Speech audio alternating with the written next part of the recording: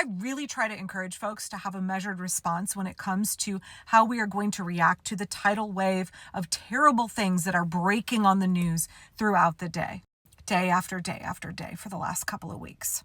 In general, I say, let's wait like 24, 36 hours and see how a story shakes out in the news, because sometimes it gets resolved. We see something in the headlines and we think like, oh shit, this is real bad. This is real bad. And then the next thing we know, it has been resolved, or we know that it was a bluff, or it didn't amount to what the original breaking story claimed. We got more information and the story evolved in a way that made it less concerning or that resolved it. So what good did it do us to spend those initial hours freaking out when, if we had just kind of set that aside and put our energy elsewhere, we would have gotten more information and had a different response and not have wasted all of that energy, stirring up all of that anxiety. Likewise, I try and encourage folks to be aware of what is in the news that is meant to distract you, that is meant to keep your eyes off of this thing over here that they want to obscure and they don't want you to notice. What's the big headline news, the big attraction that's meant to siphon off your attention and to keep you absorbed? The Super Bowl? And what is happening underneath that is not getting as much press as it should and really should be the focus of your attention. So in the spirit of wanting to have a measured response and also a timely response that does not ignore news that we need to be looking at, you may not be aware that a federal judge just ruled this morning that the Trump regime has been ignoring previous federal orders. They had been ordered to turn back on funding to all kinds of programs. And a judge this morning ruled that they have been ignoring that court order. They just said, F you to a federal judge, we do what we want. I understand the weight of having hundreds of thousands of followers across a couple different platforms and wanting to not freak y'all out and wanting to be aware of my reaction and how it might influence you. But this story is freaking me out a little bit this morning. This is a constitutional crisis. This is the Trump regime, Elon Musk, and even JD Vance on Twitter saying that they are going to defy the separation of powers, that they are not willing to respect the Constitution. They are directly in violation of it. Not only has Musk been usurping the power of the legislature to enact all of his hacking of federal government departments, ceasing funds that were allocated and are the purview of Congress, right? There is one example of the way that he is violating the separation of powers, violating the Constitution and multiple other federal laws.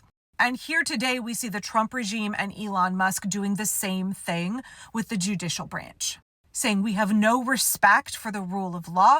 We have no respect for the Constitution. In fact, we will do whatever we want in direct opposition to the Constitution of the United States. This is the very definition of a constitutional crisis. The problem here becomes a federal judge has repeatedly said, follow my orders, you are violating the law. And the Trump regime says, come and make us.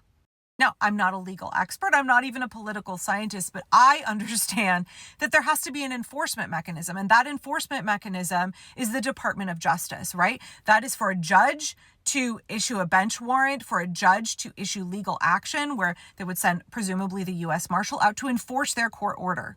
Who currently has control of the Department of Justice and so much of our federal law enforcement? An insurrectionist who has complete loyalty to the Trump regime.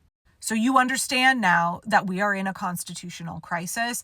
Our rule of law has completely broken down. The federal government is non-functional and the Constitution is being completely ignored. We are no longer in a democratic republic. We are now in an authoritarian dictatorship. And I'm gravely concerned for what comes next. We have judges that are standing up for the Constitution, for the rule of law. They're standing up to this regime, but there is no enforcement mechanism. What comes next? I would love to hear from a lawyer, a legal scholar about what comes next. The systems that were supposed to protect us, the institutions, have completely failed us. There are no checks and balances at all anymore. There is an bold dictatorship. Are no protections for us, the American people, that are currently enforceable. This is a very dark time for us, and I don't know what comes next. There are several different mechanisms, right? Like the military is loyal to the Constitution. They have an oath and obligation not to enforce laws that are in violation of the Constitution. They have an obligation to protect us from enemies, foreign and domestic. We also know that we, the people, the American people, there are hundreds of millions of us, that we have the power and the ability to continue exercising our constitutional right. Just because the Trump regime is choosing not to respect the Constitution still exists and it grants us rights and privileges. And we should still be operating within that context. We have a right to, we should be protesting. We should be en masse as a nation doing what we need to do as the American citizenry to exercise our protected constitutional rights. Like, do y'all not understand how high the stakes are right now? Do our reps in Congress not understand how high the stakes are right now? There are no hearings, there are no resolutions that are going to fix this. There is no using the established institutions because the Trump regime has said, fuck all those institutions.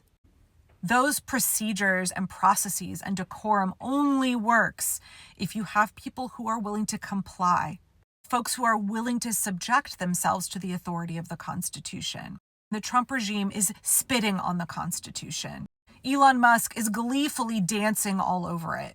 So I'm trying not to freak out right now, but for me, we all knew that this tipping point was coming. We knew that the courts were going to say, hey, you have to follow the law. This is still the United States. We are still a democracy. And we knew that they were going to say, you need to stop breaking the law. You need to stop doing these illegal things. And that the Trump regime was going to say, come and make us. We knew this was coming, and now it is here, and now we have to address it.